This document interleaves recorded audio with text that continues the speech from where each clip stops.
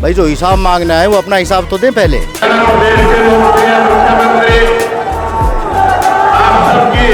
और आप सोचते हैं कि भी आप बगैर कुछ करे यहाँ से जीतते रहेंगे हर बार। भारतीय जनता पार्टी के प्रदेश के लोकप्रिय और जो हम विधायक से हिसाब मांगेंगे 15 साल का, आप वो बताएं क्या हुआ। तो हमारे आदरणीय चौधरी भूपेंद्र सिंह हुड्डा जी अपना हिसाब दें और हमारी जो यहाँ के विधायक हैं ये हमारी सरकार कर रही है। ना किसी के दुख सुख में शामिल होती है, ना ही किसी के गमी में शामिल होती हैं। वो उसको जिताने का काम करना है। आपने यहाँ नगर परिषद में भी कि बहन जी का तो भाई साहब 4.5 साल हो जाएंगे, उसके बाद वो एक बार नजर आएगी। झज्जर में सीवरेज ट्रीटमेंट प्लांटों के नवीनीकरण झज्जर की जो चौधर है तो वो कहीं दूसरे वालों को क्यों मिले। वीरेंद्र सिंह कलशान जिंदाबाद जिंदाबाद। वीरेंद्र तुम संघर्ष करो, हम तुम्हारे साथ हैं। मुख्यमंत्री नायब साहनी जी की रैली झज्जर अनाज मंडी में अभी समाप्त हुई है। पूर्व IRS वीरेंद्र सिंह कलशान जी के समर्थक मेरे साथ हैं। तस्वीरें आप देख सकते हैं, बच्चे, बूढ़े, नौजवान, महिलाएं लगातार उनके समर्थन में आवाज लगाते हुए वीरेंद्र तुम संघर्ष करो, हम तुम्हारे साथ हैं। वीरेंद्र तुम संघर्ष करो, हम तुम्हारे साथ हैं। वीरेंद्र सिंह कलशान जिंदाबाद जिंदाबाद। ये बताइए, आप सब लोग झज्जर हल्के का अगला विधायक किसे देखना चाहते हैं? क्या रीजन है? वीरेंद्र सिंह जी को ही आप क्यों देखना चाहते हैं? पढ़े लिखे नॉर्मल फैमिली के होने के बाद सब विचारों से जानते हैं, अमीर गरीब सबका जानते हैं। वो सबका भला करना चाहते हैं, सबके साथ चलना चाहते हैं सबको। आज आपने खूब प्रदर्शन किया है और जैसा ही जोश आप में देखने को मिलता था, उससे लग रहा है कि वीरेंद्र सिंह कलशान जो आप सबको देख रहे थे, उनका आत्मबल भी बढ़ा है। अपना सब कुछ त्याग के सारी चीज़ें करके वो यहाँ पे आ रहे हैं क्योंकि वो अपने लोगों का भला चाहते हैं। उनका होम टाउन है और सारी उनकी जितनी भी दिल की सारी चीज़ें जुड़ी हैं सब यहाँ से। जिंदाबाद जिंदाबाद। वीरेंद्र सिंह जी आए गए हैं, आप क्या कहना चाहेंगे? उन्होंने तो 2 साल पहले भी RS ले लिया। जमीन से जुड़ा हुआ इंसान है, जमीन जुड़ा हुआ है और यही इसी एरिया का उन्हें गरीबों की बुराई अच्छाई का सब पता है। कौन गरीब है सर, किस सेवा करना चाहता है। साथ वीरेंद्र सिंह जी आ चुके हैं। सर, बहुत बहुत साधुवाद। रैली जबरदस्त सफल रही और कैसा समर्थन मिला यहाँ पर, और रैली का आयोजन किस तरह से हुआ, क्या कहना चाहिए? धन्यवाद पत्रकार महोदय और सभी दर्शकों को मेरा राम राम, प्रणाम, नमस्कार। और जैसे जन समर्थन आपने देखा ही होगा, माननीय मुख्यमंत्री श्री नायब सिंह सैनी जी ने जो अपना लेखा जोखा दिया, जिसके अंदर हज़ारों करोड़ की परियोजनाओं के बारे में बताया जो उन्होंने 10 साल में किया।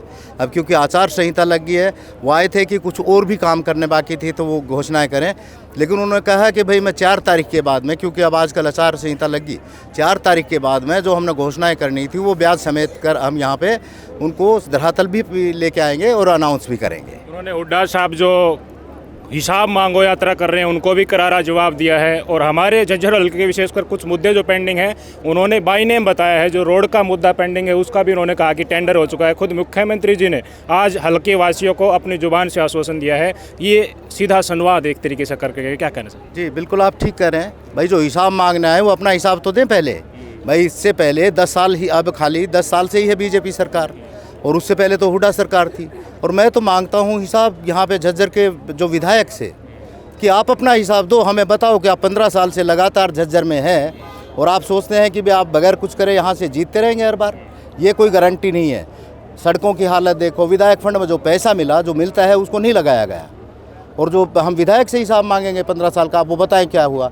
वो इससे पहले 10 साल चलिए, अब वो कहते हैं कि विपक्ष में है, शिक्षा मंत्री रही हैं। शिक्षा मंत्री रहते हुए क्या किया उन्होंने? यहाँ पे हमारा जो झज्जर शहर है दिल्ली के सबसे नज़दीक है, इसका इतना डेवलप होना चाहिए था। इधर से गुड़गांव में देखता हूँ, फरीदाबाद देखता हूँ, नोएडा, सोनीपत, उधर इतना डेवलपमेंट हुआ। झज्जर सबसे नज़दीक होके भी इतना पीछे कर दिया, उसका हिसाब दें हमें। शिक्षा मंत्री रहते हो क्या कोई वर्ल्ड क्लास यूनिवर्सिटी लेके आए? हमारे बच्चों को दर दर के धक्के खाने पड़ते हैं। क्या ये इससे पहले हेल्थ वगैरह के बारे में यहाँ पे क्या इतना, भाई हेल्थ के मामले में इतना मामला है तो क्या कोई एम्स वगैरह क्या झज्जर में नहीं होना चाहिए था? जी तो अपना हिसाब दें।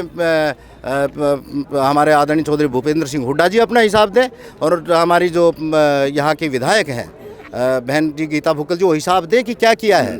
और ये अपेक्षा ना करें कि भाई 5 साल के काल के बाद में करीब अब 6 महीने बच गए, अब वो धरातल पे नज़र आती हैं। ना किसी के दुख सुख में शामिल होती है, ना ही किसी के गमी में शामिल होती हैं वो, और ना ही किसी के भाई व्यक्तिगत तौर पे। मैं पिछले 2-2.5 साल से यहाँ पे सेवा कर रहा हूँ। मैं सामाजिक और धार्मिक उससे, क्योंकि इससे मैं एक IRS अधिकारी हूँ, तो मैं राजनीति में डायरेक्ट नहीं देख सकता था, लेकिन मैं धार्मिक और सामाजिक उनमें गया अनुष्ठानों में, तो वहाँ पे जिक्र होता है कि बहन जी का तो भाई साहब 4.5 साल हो जाएंगे, उसके बाद वो एक बार नज़र आएंगी।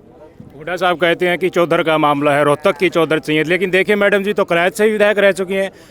चौधर रोहतक की, चौधर झज्जर की, और उसमें जनप्रतिनिधि जो करायत से आए हैं उनको बनाया जा रहा है। ये हल्के की जनता के साथ अन्याय नहीं है? ये आदरणीय चौधरी भूपेंद्र सिंह हुड्डा जी देखें इसको, झज्जर की जो चौधर है तो वो कहीं दूसरे वालों को क्यों मिले?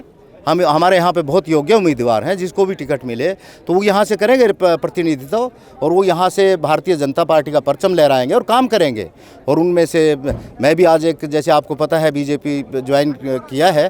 बीजेपी क्या ज्वाइन किया है, मैं तो बहुत पहले से बीजेपी पार्टी की विचारधारा से बहुत प्रभावित हूँ। हमारे यशस्वी प्रधानमंत्री माननीय श्री नरेंद्र मोदी जी की कार्यशैली से, नियति से, उनकी जो काम करने की क्षमता है, उनका राष्ट्र प्रेम है, राष्ट्र सर्वप्रथम, और जो देश को उन्होंने जो आज से 10 साल पहले जिसकी वो बात करते हैं, ये अपना चौधरी भूपेंद्र सिंह हुड्डा जी, या फिर केंद्र सरकार कहें हम, जो कांग्रेस की थी, भारत का 11वां स्थान था इकोनॉमी में, जो कि आज 5वें स्थान पे आया है। और माननीय प्रधानमंत्री श्री नरेंद्र मोदी जी ने कहा है कि आने वाले 3 सालों में हम तीसरी सबसे बड़ी अर्थव्यवस्था होंगे, और उन्होंने गारंटी दी है कि 2047 तक, जब भारत की आज़ादी के 100 वर्ष पूरे होंगे, भारत विश्व की सबसे ऊंची अर्थव्यवस्था होगा, नंबर 1 पे होगा। और ये मोदी जी की गारंटी है, और मुझे ये गारंटी है पूरा, और हमें विश्वास है पूरी तरह से कि हमारा देश एक अर्थव्यवस्था के 1 नंबर के ऊपर होगा, सर्वोपरि होगा। आप देख सकते हैं, हमने विचार सुने। पूरा IRS वीरेंद्र सिंह कलशान जी के सारे समर्थक उनके साथ हैं, और बड़ा ही जोरदार प्रदर्शन और जोश मैंने इन सभी कार्यकर्ताओं में जब नायब सैनी जी की रैली चल रही थी। वीरेंद्र सिंह कलशान जिंदाबाद जिंदाबाद। भाई वीरेंद्र तुम संघर्ष करो, हम तुम्हारे साथ हैं। भाई वीरेंद्र तुम संघर्ष करो, हम तुम्हारे साथ हैं। वीरेंद्र सिंह कलशान जिंदाबाद जिंदाबाद। वीरेंद्र सिंह कलशान जिंदाबाद जिंदाबाद। धन्यवाद।